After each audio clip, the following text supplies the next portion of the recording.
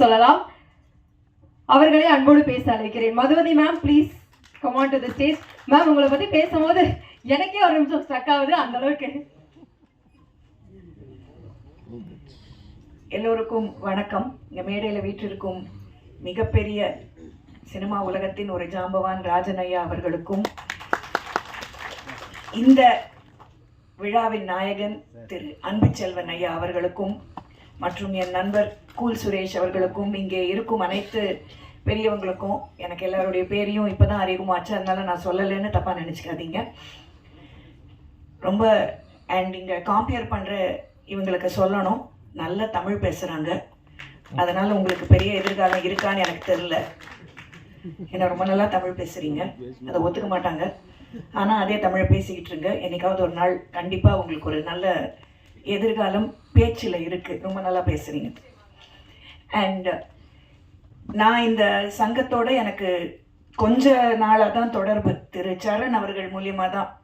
சரண் எனக்கு PR work பார்த்துக்கிறாரு. So அவர் மூலியமாக தான் எனக்கு இந்த சங்கத்தோடைய ஒரு அறிமுகம், ஒரு தொடர்பு கிடைச்சிது. அது கிடைச்சதை நான் ரொம்ப பெரிய பாக்கியமாக நான் நினைக்கிறேன். ஏன்னா இங்கே நான் பார்க்கறது உண்மையான உழைப்பாளிகளை இங்கே நான் பார்க்குறேன் இந்த சங்கத்தில். இது இந்த சின்ன படம் பெரிய படம் கான்செப்டே எனக்கு பிடிக்கிறது இல்லை. ஏன்னா எங்கள் அப்பாலாம் நடிச்சிட்டு இருந்த காலத்தில் 3 ஷிஃப்ட் நடிப்பாங்க. சிவாஜி கூட நடிப்பாங்க, ரஜினி கூட நடிப்பாங்க, கமல் கூட நடிப்பாங்க, புதுசாக வந்த ஹீரோ கூட போய் நடிப்பாங்க. அந்த காலகட்டங்கள்லாம் படம், நல்ல கதை, நல்ல யூனிட், நல்ல தயாரிப்பாளர், நல்ல டெக்னீஷியன்ஸ், நல்ல டைரக்டர்ஸ், நல்ல ஆர்டிஸ்ட், இதுதான் இருந்துச்சு.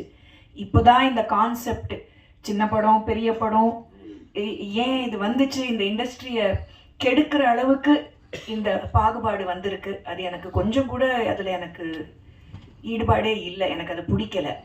பட் என்ன பண்ணுறது, ஒரு படம் 300 கோடி கிட்ட செலவு பண்ணுறாங்கன்னா அது பெரிய படம் ஆகிடுது. அந்த படத்தை தப்பாக லீக் வேறு பண்ணிடுறாங்க. அதுக்கப்புறம் அந்த ப்ரொடியூசர் சின்ன படம் கூட எடுக்க முடியாத அளவுக்கு திவாலாகி வீட்டில் உட்கார்ற நிலைமை வருது. இப்போ சமீபத்தில் நடந்தது அதுதான். நான் எந்த படம்னு சொல்ல விரும்பலை. ஏன்னா ஆச்சு இன்னும் 5 நாள் நான் ஒரு விரதம் எடுத்து வச்சுக்கிட்டு இருக்கேன், அரசியல் பேசக்கூடாதுன்ட்டு. நாளைக்கு எக்ஸிட் போல் வேறு. அதனால் யார் என்ன பேசினாலும் பதில் கொடுக்கக்கூடாதுங்கிற ஒரு வைராகியத்தில் நான் உட்காந்துக்கிட்டு இருக்கேன். பட் இங்கே பார்த்தா நல்ல கதைகள், நல்ல கரு, நல்ல களம் இந்த மாதிரி இடங்களில் தான் கிடைக்கிது. ராஜனையா சொன்ன மாதிரி இந்த யூத்துங்கிற படத்துக்கு இவ்வளோ ஒரு பெரிய வரவேற்பு. அந்த மாதிரி எவ்வளவோ படங்கள் நம்ம பார்த்தா பெரிய ஹீரோஸோடைய படம் கூட டோட்டல் ஃப்ளாப் ஆகி, எங்கேருந்தோ வந்த ஒரு படம் எக்ஸ்ட்ரா தேட்டர்ஸில் எக்ஸ்ட்ரா ஷோஸ் போட்டு பெரிய ஹிட் ஆகி அந்த தயாரிப்பாளருக்கு ஒரு நல்ல ஒரு ப்ராஃபிட்டை கொடுக்கக்கூடிய அளவுக்கு படங்கள் வந்துக்கிட்டு தான் இருக்குது. ஆனால் கண்டிப்பாக இந்த சங்கத்துக்கு வேணுங்கிற நலத்திட்டங்களை எந்த அரசாங்கம் தெரிஞ்சிடும். 4ஆம் தேதி மத்தியானம் 12 மணிக்குள்ளே நம்மளுக்கு தெரிஞ்சிடும் தமிழ்நாட்டோட தலையெழுத்து என்னன்னு தெரிஞ்சிடும். அது யார் வராங்களோ, ஏன்னா இவங்க கேட்டிருக்கிற எல்லா கோரிக்கைகளும் ரொம்ப நியாயமான கோரிக்கைகள். எனக்கு என்ன பிடிச்சிருந்ததுன்னா, அவங்க இந்த அரசாங்கம் கவர்மெண்ட் ஃபார்ம் ஆனதுக்கு அப்புறம் யார் வராங்கன்னு பார்த்துக்கிட்டு அவங்களுக்கு ஏற்ற மாதிரிலாம் கோரிக்கை போடலை. இந்த சங்கத்துக்கு என்ன கோரிக்கை தேவையோ அதை முன்கூட்டியாவே ரெடி பண்ணிட்டாங்க. அதுதான் எனக்கு இந்த நேர்மையை நான் பாராட்டுறேன். பெண்களுக்கு இதில் நீங்கள் தனிப்பட்ட முறையில் ப்ரெக்னென்ட் விமனுக்கு நீங்கள் கொடுத்துருக்கிற இந்த ஒரு கோரிக்கை ரொம்ப முக்கியமான ஒரு கோரிக்கை. நிறைய நம்ம ஃபிலிம் இண்டஸ்ட்ரியில் பெண்கள் இப்போ வேலை செய்கிறாங்க, அவங்களுக்கு ஏற்ற செட்டப் இல்லை. தமிழ்நாடு பூராவே பெண்களுக்கு ஏற்ற செட்டப் இல்லைங்கிறது தான் உண்மை. ஆனால் நான் இப்போ திருப்பி அரசியலுக்குள்ளே போகல. சினிமாவில் பார்த்தாலுமே பெண்களுக்கு தேவையான விஷயங்கள் நிறைய கிடைக்கிறது இல்லை. கழிவறை உட்பட பிரச்சனைகள் இருக்குது. பட் அந்த மாதிரி இருக்கிற இந்த நேரங்களில் ப்ரெக்னென்ட் விமனுக்கு நீங்கள் கேட்டிருக்கிற இந்த விஷயம் என்னை ரொம்ப கவர்ந்தது. அதை நான் ரொம்ப சந்தோஷமாக நான் அதை பார்க்குறேன். எங்கள் குடும்பம் பல வருஷமாக நாடகத்துலேயும் சினிமாலேயும் தான் நாங்கள் ஊறி போய் இருக்கோம். நான் போன தடவையும் இங்கே வந்தபோது அதை தான் சொன்னேன், இந்த தடவையும் சொல்கிறேன். அந்த அம்மாவா எங்கள் படத்துலலாம் நடிப்பாங்களா? இது ஒரு கேள்வி ஒன்று. அந்த மாதிரிலாம் ஒன்று எனக்கு எக்ஸ்ட்ராவாக 2 கொம்பெல்லாம் முளைச்சிடல. நாங்கள் நாடக நடிகர்கள் முதல்ல இந்த வரிசையில் இருக்காங்க பார்த்தீங்களா, கலைஞர்லேருந்து ஆரம்பித்து எம்ஜிஆர், ஜெயலலிதா, சிவாஜி, எம்ஆர் ராதா, ரஜினிகாந்த், கமலஹாசன், விஜயகாந்த் உட்பட மேடை நாடகத்திலேருந்து தான் அத்தனை பேரும் சினிமாவுக்கு வந்தாங்க. அத்தனை பேருக்கும் சினிமாவில் கிடைச்ச வாய்ப்பு மேடை நாடகத்திலேருந்து தான். அதில் ஜெயலலிதா அம்மா எங்கள் குழுவில் அவங்க கரியர் ஆரம்பித்தாங்கங்கிறத சொல்லிக்கிறதுல நான் ரொம்ப பெருமைப்படுறேன். இவங்க அத்தனை பேரும் எங்கள் குடும்பத்தோட பழகினவங்க. ஒருத்தர் எங்கள் வீட்டு மாப்பிள்ளையே, அதனால் அது வேற. நான் ஏன் இதை சொல்கிறேன்னா, நாடக நடிகர்கள் என்னைக்குமே கதை களம் நல்லா இருந்தால் நாங்கள் வந்து நடிப்போம். சம்பளம் முக்கியம்தான், ஆனால் நாங்கள் வந்து யானையை கொண்டு வா குதிரையை கொண்டு வான்னு கேட்க மாட்டோம்.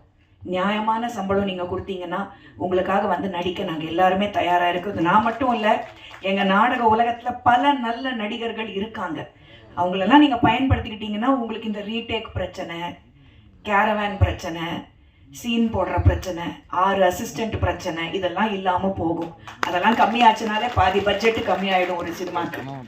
அதனால தயவு செய்து மேடை நாடக நடிகர்களை பயன்படுத்துங்க. அதுக்கு இந்த சங்கத்துக்கு என் சார்பாக நான் என்ன உதவி செய்யணும்னாலும், நான் மட்டும் நடிகை இல்லை, என்னை சுற்றி நிறைய மேடை நாடக நல்ல நடிகர்கள் இருக்காங்க. அவங்கள உங்களுக்கு அறிமுகப்படுத்துறதுக்கும் நான் தயார். நீங்கள் யூஸ் பண்ணிக்க தயாராக இருந்தால் நடிகர்களை கொடுக்க நாங்கள் தயார், நடிக்கவும் நாங்கள் தயார். நான் அதுதான் அன்பு செல்வன் ஐயாட்ட சொல்லிட்டு இருக்கேன். போதும் ஆச்சு 12ஆம் தேதி 4ஆம் தேதி 12 மணிக்கு ரிசல்ட் வந்துருச்சுன்னா யார் அரசாங்கத்தை அமைக்கிறாங்களோ நம்ம பொழப்ப பார்த்துக்கிட்டா தான் நம்மளால பிழைக்க முடியும். அவங்க வந்தா என்ன, வரலன்னா நமக்கு என்ன. நம்ம வேலையை பார்க்கணும், வேலைகளை செய்வோம், நல்ல படங்களை தயாரிப்போம், நேர்மையாக இருப்போம், நாணயமாக செயல்படுவோம். கண்டிப்பா வெற்றி நிச்சயம். கண்டிப்பா நடக்கும், நல்லதே நடக்கும். அது தமிழ் சிறுபட தயாரிப்பாளர்கள் சங்கத்துக்கு மட்டும் இல்லை, என்னை பொறுத்த வரைக்கும் தமிழ்நாட்டுக்கே நிறைய நல்லது நடக்க போகுது. அதில் எந்த மாற்று கருத்தும் இல்லை. இதுக்கு மேலே நான் அரசியல் பேச மாட்டேன். கண்டிப்பாக என்னை இந்த நிகழ்ச்சிக்கு என்னை மதித்து என்னை அழைத்ததுக்கு நான் முதல்ல அன்பு செல்வன் ஐயாவுக்கு என்னுடைய மனமார்ந்த நன்றியை தெரிவிச்சுக்கிறேன். நீங்கள் எப்போ கூப்பிட்டாலும் எந்த நிகழ்ச்சிக்கும் நான் வருவேன். உங்களுக்கு என்ன சப்போர்ட் என் சைட்லேருந்து ஆஸ் அன் ஆக்டர் உங்களுக்கு வேணுமோ, ஃப்ரம் மை சைடு என் குடும்பத்தின் சார்பாகவும் எங்கள் கலைஞர்களின் சார்பாகவும் கொடுக்க நான் என்றைக்கும் தயாராக இருக்கேன். நன்றி, வணக்கம்.